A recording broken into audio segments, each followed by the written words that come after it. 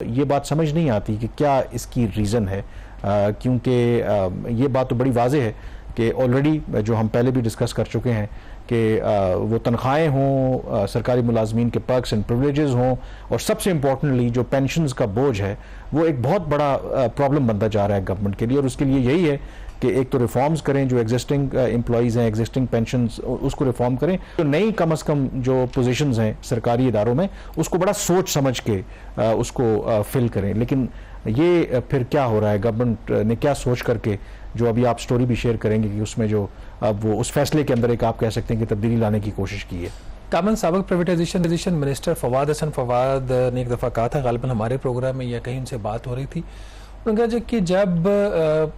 Government इस्लाहात की बात करे और उस इस्लाहात में गवर्नमेंट का साइज़ जो है वो बढ़ रहा हो तो उसको आप इस्लाहात नहीं कह सकते। एग्जैक्टली यहाँ पे यही हो रहा है कि एक तरफ तो हुकूमत बात कर रही है कि जी हमारे बड़े मुश्किल हालात हैं और हमें अपने अखराजात को कम करना है, उसके बिल्कुल अपोजिट हुकूमत अपने अखराजात में इजाफा कर रही है दो तरीक़ों से। एक तो अभी आपने जो 70,000 खाली जो पोस्टें हैं उनकी बात की, उनको फिल करने पे काम शुरू हो चुका है, ऐसा नहीं कि ये होगा, ये हो चुका है। और दूसरी तरफ इस बजट के अंदर कुछ नए डायरेक्टोरेट्स बनाए जा रहे हैं, एक और स्पेशल डिवीजन भी बनाई जा रही है, बजाय इसके कि गवर्नमेंट का साइज़ कम हो, गवर्नमेंट में भर्तियाँ हो रही हैं, उसमें नए नए उसके तरीके बनाए जा रहे हैं भर्तियों के।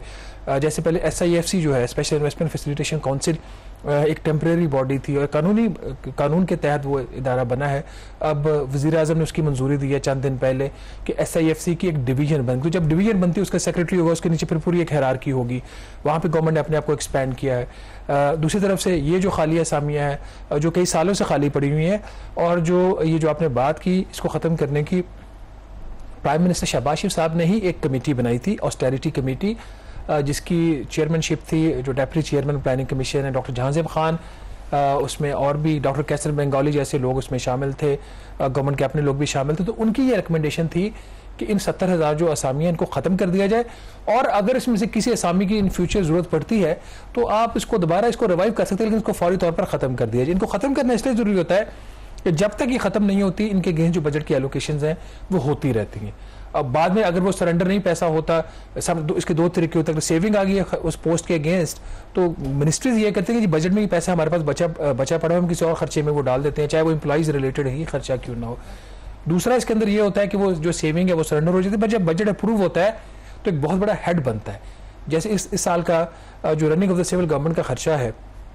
वो तकरीबन 839 अरब रुपया है। इसके अलावा 1014 अरब पेंशन के लिए रखेंगे, ये इब्तदाई खर्चा है। इसमें आपको पता है कि जैसे साल गुजरता जाता है इसके अंदर सप्लीमेंट्री ग्रांट्स जो है वो शामिल होती जाती है। तो इस कॉन्टेक्स्ट के अंदर चूंकि इनकी जरूरत नहीं थी, हुकूमत को साइज भी कम करना था, तो जो प्राइम मिनिस्टर की ऑस्टेरिटी कमेटी थी उन्होंने ये रिकमेंडेशन दी कि इनको आप ख़त्म कर दें। और द न्यूज़ इंटरनेशनल में अंसार अब्बासी साहब की स्टोरी भी छपी हुई थी, इसमें उन्होंने कहा कि इन असामियों को ख़त्म करने का फैसला हो गया। लेकिन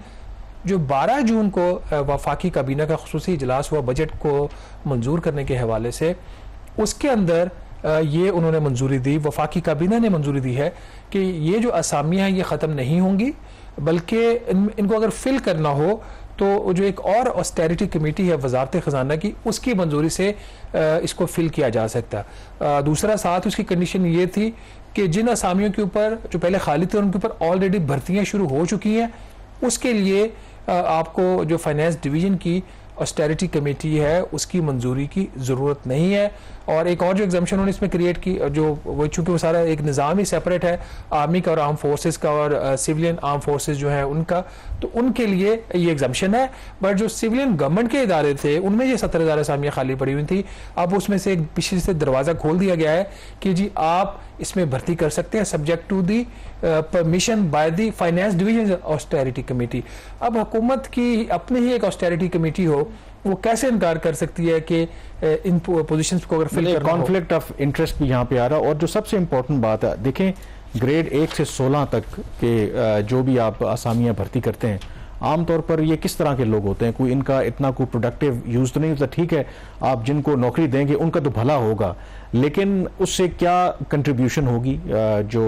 गवर्नमेंट की जो गवर्नेंस है इन चीज़ों के ऊपर, ऑलरेडी ज़ाहिर है कि आपको भी, मुझे भी तजुर्बा है, आप जाते हैं सेक्रेटेरिएट में, सरकारी इदारों के अंदर, तो क्लियरली आपको नज़र आता है कि जहाँ पर शायद एक बंदे की ज़रूरत है वहाँ पे 10-10 लोग आपको नज़र आते हैं ऑलरेडी। ठीक है, अब वो भर्ती हो गए हैं, आप उनको कुछ उस तरह से निकाल तो नहीं सकते, बट फ्यूचर के लिए तो ऐसा इंतज़ाम कर सकते हैं ना। आपको भी ये तजुर्बा है, हम भी बाहर यूरोप वगैरह आप गए हैं, वहाँ पर तो कॉन्सेप्ट ही नहीं है ऑफिस बॉय का। वहाँ पर वो कॉफ़ी मेकर या चाय मेकर वहाँ पर मशीन पड़ी होती है, आप खुद बनाएं। आपको अच्छी तरह से याद होगा कि हम ये जो 1 से 16 वाला, इसमें ज़्यादातर खासतौर पर जो 1 से 14 तक या इवन के 16 तक भी कुछ 16 की पोजीशंस होती हैं जो सपोर्ट स्टाफ में नहीं आती, ये सारे का सारा सपोर्ट स्टाफ होता है गवर्नमेंट का, और गवर्नमेंट के जो ब्यूरोक्रेट्स हैं, मिनिस्टर्स हैं, उनका। इसमें कोई ऐसी पोजीशन नहीं है जो बड़ी कोई क्रिएटिव होगी और बहुत ही एसेंशियल होगी, उसको रिटेन करना ज़रूरी है। आप किसी भी एडिशनल सेक्रेटरी के दफ्तर में चले जाएं, आप सेक्रेटरी के दफ्तर में चले जाएं, आप किसी भी वजीर के दफ्तर में चले जाएं, आपको वहाँ पे जो है ना, जो स्टाफ है उसकी एक लंबी एक कतार आपको नजर आती है, वो बैठे होते हैं, फारिग बैठे होते हैं। जब मिनिस्टर साहब तशरीफ लेके आने हैं, कोई भी वजीर हो, उसको रिसीव करने के लिए नीचे 2-3 लोग मौजूद होते हैं उसके स्टाफ के। जब सेक्रेटरी तशरीफ लेके आ रहे होते हैं तो उसको रिसीव करने के लिए नीचे लोग खड़े होते हैं। मतलब इस हद तक वेस्टेज ऑफ ह्यूमन रिसोर्स हो रहा है, इजाफी लोग हैं। मतलब यूरोप की बात की, मैं 2008 में जर्मनी में था, वहाँ पे हमारी इकोनॉमिक रिपोर्टिंग की ट्रेनिंग हो रही थी। तो हमारा जो वहाँ पे जो ट्रेनिंग होती थी वो इनकी जो मिनिस्ट्री ऑफ इकोनॉमी है जर्मनी की, वहाँ पे हम सुबह जाते थे 8:30 बजे, दोपहर आफ्टरनून तक 4-4:30 में वहीं पे रहते थे। उनकी जो इकोनॉमी की मिनिस्टर थी, खातून थी उस वक्त, वो 8:30 खुद आती थी, कोई प्रोटोकॉल नहीं होता था, और 4:30 जाती थी। उनकी एक बड़ी पंक्चुअलिटी, मैं बड़ा हैरान हुआ। मैंने उनसे पूछा भी, अदर देन दैट कि वो वहाँ पे बर्लिन में नहीं है, आउट ऑफ सिटी है, तो वो वहाँ पे ऑफिस में नहीं आती। उनकी आने की भी एक रूटीन और जाने की भी, और किसी को पता भी नहीं है कि इतनी बड़ी इकोनॉमी है दुनिया की, उसकी फाइनेंस मिनिस्टर है या वो आ रही है और कोई प्रोटोकॉल नहीं है। यहाँ पे वजीर साहब चलते नहीं है। अगर प्राइम मिनिस्टर ऑफिस से निकलना है वजीर ने और उसने क्यू ब्लॉक आना है, चाहे कोई भी वजीर हो, ये मौजूदा की मैं बात नहीं कर रहा, सब वहां से कॉल आ जाती है, वजीर साहब निकल पड़े, सेक्रेटरी साहब निकल पड़े रिसीव करने के लिए। आई डोंट नो कि कंटेम्प्ट ऑफ कोर्ट कहीं ना हो जाए, इस तरह की जो आप कह सकते हैं कि जो फजूल किस्म की पोजीशंस हैं जिनको खत्म करना चाहिए। मसलन आपने देखा होगा कि आजकल सुप्रीम कोर्ट की प्रोसीडिंग्स लाइव होती हैं, तो पूरा एक वो जजेस के पीछे एक अमला होता है कि उनकी चेयर को उठाने के लिए, उनकी चेयर को आगे करने के लिए। आई डोंट नो कि मतलब हो सकता है कि हमारे मौजूद जज साहिबान को ये बुरा लग जाए, बट मुझे ये बताएं कि आप ये कुर्सी पड़ी हुई है, मैं आपकी मुझे उठने के लिए कोई पीछे बंदा तो नहीं चाहिए कि वो कुर्सी उठा के, मैं ये नहीं कह रहा कि चलें अब इतने अरसे से वो लोग काम कर रहे हैं, उनकी नौकरी लगी हुई है, बट आई थिंक इस प्रैक्टिस को हमें बदलने की जरूरत है। ये पुराना जब बरतानवी साम्राज्य था यहाँ पर, क्योंकि वो तो यहाँ पर काबिज थे, हमारे रिसोर्सेज थे, वो फायदा उठा रहे थे, अपने मुल्कों में उनके ऐसा नहीं होता, तो इस प्रैक्टिस को चेंज करने की जरूरत है। मैंने अभी आपको जर्मनी के फाइनेंस मिनिस्टर की एग्जांपल दे दी ना, इससे ऊपर तो कोई चीज नहीं है दुनिया की, उसमें चौथी बड़ी इकोनॉमी थी गालिबन। बहरहाल अब यहाँ पे कामरान कहानी खत्म नहीं होती, जो एहसास की कमी है ना हुकूमतों के अंदर, मतलब उसकी एक से बढ़कर एक एग्जांपल है। हमारे दूध पे टैक्स लगा दिया गया, सीमेंट के ऊपर टैक्स लगा दिया गया, हमारी तनख्वाहें जो थी उसमें हाफ गवर्नमेंट लेके जा रही है, और बाकी जो हाफ उसमें सबने जीएसटी भी देना है, फेडरल एक्साइज ड्यूटी भी देनी है, और पता नहीं क्या क्या कुछ देना है। कामरान, इसी साल मई के अंदर एक नेशनल असेंबली की फाइनेंस कमेटी है, उसका इजलास हुआ। आपको पता कि ये जो कुछ ऐसे पाकिस्तान के इदारे हैं जो स्पेशल हैं, ऑर्गेनाइजेशंस हैं, जिसमें प्रेसिडेंसी है, प्राइम मिनिस्टर ऑफिस है, नेशनल असेंबली, सेनेट और बहुत से इदारे हैं, हमारी इंटेलिजेंस एजेंसीज हैं, नैब है, इनकी जो तनख्वाहें FBI खास तौर पर, इनकी तनख्वाहें नॉर्मल सैलरी जो इनकी है उससे डबल है, फिर एग्जेक्टिव अलाउंस सबको मिलता है। इनको जो नेशनल असेंबली का जो स्टाफ है, ब्यूरोक्रेट्स हैं इनके, जो जिसमें ऑफिसर्स भी शामिल हैं, उनको कुछ सब्सिडी मिल रही थी। ये मेरे सामने एक लेटर पड़ा हुआ है इनका 26 मई का, जिसमें इनका जो पार्लियामेंट हाउस में जो इनके एम्प्लॉइज हैं ग्रेड 1 से लेकर 22 तक, इसमें कोई डिस्टिंक्शन नहीं है कि ये किसी को मिलना चाहिए किसी को नहीं। उनको 26 मई तक जब ये मीटिंग हुई तो उनका जो अलाउंस था, पार्लियामेंट हाउस का अलाउंस, क्योंकि बहुत बड़ा काम कर रहे हैं वहाँ पे, तो उनको एक स्पेशल अलाउंस मिलता है वहाँ पे। तो वो जो अलाउंस था वो ग्रेड 1 से 9 तक 60% था, और ग्रेड जो 10 से 16 तक 50% था, और 17 से 22 जो आपकी सिविल सर्विस की कैटेगरी आती है उसमें ये अलाउंस 40% था। तो उन्होंने, कमेटी ने उसने फैसला किया कि 100% इसमें इजाफा कर दिया जाए, मतलब वो जो 1 से 60% था सबको बढ़ाकर कर दिया 100% ऑफ द रनिंग बेसिक पे for the employees in grade 1 to 22। ये जो अभी हम पिछले प्रोग्राम में बात कर रहे थे ना कि नेशनल असेंबली का इतना बजट क्यों बढ़ गया, इस तरह की चीजें उसके पीछे। ना सिर्फ ये, उनको एक फ्यूल इलेक्ट्रिसिटी सब्सिडी मिलती है, फ्यूल की और बिजली की सब्सिडी इन तमाम एम्प्लॉइज को मिलती है जो स्टाफ है पार्लियामेंट हाउस का। वो जो 1 से 22 तक की सब्सिडी थी वो 35% थी, और उसको बढ़ाकर कितना कर दिया गया है, 65% ऑफ द रनिंग बेसिक पे for employees in grade 1 to 22। तो जब हम बात करते हैं कि इस माली साल का जो बजट अप्रूव हुआ नेशनल असेंबली का, जो पिछले साल 5 अरब था उसको बढ़ाकर उन्होंने 7.2 या 7.3 बिलियन कर दिया, 46% उसमें जो इजाफा हुआ उसमें इस किस्म के पीछे खर्चे हैं। तो ये एहसास की कमी है। इस तरह के जो खर्चे हैं उनको हम बर्दाश्त भी कर लेते अगर पाकिस्तान दुनिया की 10 बड़ी मईशतों में होती और बाकी मुल्क भी तरक्की कर रहा होता, फिर कहते ठीक है कोई बात नहीं, इतना पैसा कमा रहे हैं तो हमारी पार्लियामेंट का, हमारी हुकूमत का बड़ा कंट्रीब्यूशन है तो इनका भी हिस्सा बनना चाहिए। अब दूसरा एक और जो फैसला चले, ये तो गवर्नमेंट ने इस पे चोर दरवाजे से एक रास्ता दे दिया है और आपने कहा कि शुरू हो गया है। हमने अपने प्रोग्रामों में ये डिस्कशन की थी, ये जो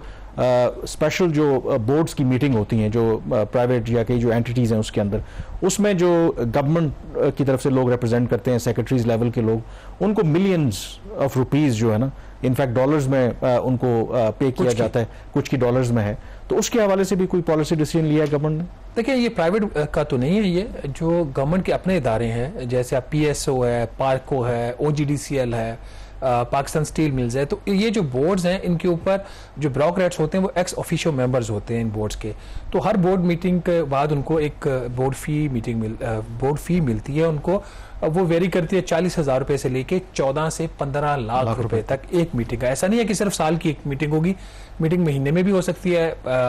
3 महीने के बाद भी हो सकती है, 6 महीने के बाद भी हो सकती है। ज्यादातर जो बोर्ड फीस जो वेरी कर रही है ना वो 40,000 से लेके 2-2.5 लाख रुपए तक नॉर्मल रेंज ये है। ये जो उनको पक्स मिलते हैं या उनको बेनिफिट्स मिलते हैं, ये ओवर एंड अबव उनकी सैलरी के होते हैं, हालांकि एक्स ऑफिशियो मेंबर्स होते हैं। तो पिछले साल का जो बजट था उसमें उस वक्त के जो वजीर खजाना थे उन्होंने अनाउंस किया था कि ये जो ब्यूरोक्रेट्स हैं ये इनको जितनी भी बोर्ड फीस मिलती हैं उसका पूरे साल का सिर्फ 6 लाख रुपया रखेंगे और बाकी ये हुकूमती खजाने में सरेंडर कर देंगे। वो फैसला इंप्लीमेंट नहीं हुआ। इस दफ़ा जब ये हुआ आपका इसका स्पेशल बजट वाली जो काबीना का इजलास हुआ, उसमें फिर ये मामला आया, उसमें टेकअप हुआ, तो डार साहब ने रिकमेंड किया कि इसको आप 10 लाख रुपए तक अब कर लें। उन्होंने पिछला तो इंप्लीमेंट नहीं, इसको आप 10 लाख रुपए तक कर लें। तो अब जो काबीना की मीटिंग के जो मिनट्स इशू हुए उसमें ये हो गया है कि ये आप मैक्सिमम 10 लाख रुपए तक साल का रख सकते हैं और बाकी पैसे आपको सरेंडर करना पड़ेगा। अब जैसे फॉर एग्जांपल इसमें मैं 2-3 जो एग्जांपल्स हैं वो नाज़िर जरूर कोट करना चाहूंगा। पार्को है, पाक अरब रिफाइनरी कंपनी, हुकूमत का इदारा है जिसमें 40% अबू धाबी की शेयर हो। फिर PTCL है जिसको हुकूमत बेच चुकी है, उसमें सिर्फ 26% शेयर हुकूमत ने बेचे हैं, बाकी तो हुकूमत पाकिस्तान ने। इन दोनों इदारों की जो बोर्ड फीस है वो कोई $3,500 से लेके $5,000 एक बोर्ड मीटिंग का उसको पैसे मिलते हैं, जो 10 से 14 लाख रुपए पर पर्सन बनते हैं। इसी तरीके से हमारे कुछ ऐसे इदारे हैं जो PIA इन्वेस्टमेंट लिमिटेड है, जैसे अब रोजरवेल्ट होटल है, उसका जो बोर्ड है उसमें भी एक बड़ा एक तमाशा लगा हुआ है कि उसके जो बोर्ड के जो इजलास हैं कभी पेरिस में हो रहे हैं, कभी न्यूयॉर्क में हो रहे हैं। तो यहां पे हुकूमत ने अब ये फैसला किया है कि ये जो जितने भी ये मीटिंग्स होंगी इसका जो मैक्सिमम कोई भी ब्रोकरेट रिटेन करेगा वो 10 लाख रुपया साल में करेगा। क्या ये फैसला इंप्लीमेंट होगा या नहीं, इसका तो हम बाद में इसको जरूर ट्रैक करेंगे, लेकिन माजी यही बता रहा है कि इस तरह के फैसले ब्यूरोक्रेसी इंप्लीमेंट नहीं होने देती है।